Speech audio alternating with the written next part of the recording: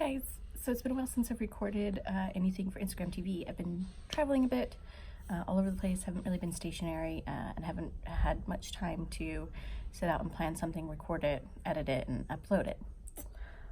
So I am currently in an airport, and so if you hear weird things or it gets really loud suddenly, I do apologize. And I'm also hand holding this. Also apologize if it's shaky. But I do want to talk about anxiety. So for those of us with anxiety,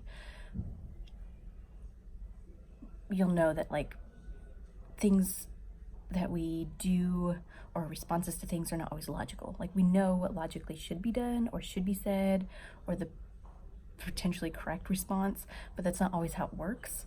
And sometimes we with that anxiety comes panic.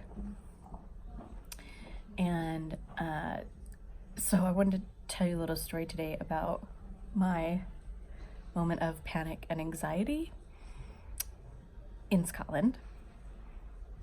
I was taking an Uber from my Airbnb to the airport this morning. And if you've been to Scotland, you know sometimes their accents are a bit hard to understand.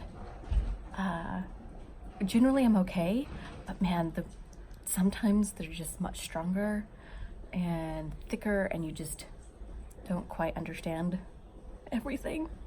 Well, I got into the Uber and my Uber driver was saying something and I misunderstood him and I thought he was saying something else, just like how I was doing, and I was like, yeah, I'm great, things are good, how are you, whatever. It turns out it just kind of led down this path of conversation where he was asking me these questions and I was just like, I didn't quite understand why he was asking me these questions, but I guess then it made sense once it dawned on me that what he was asking me was not how I was doing or if I was all right or like how, my day was or my morning. He was asking if I was a student and I had said yes. But I started having anxiety and I started panicking at this.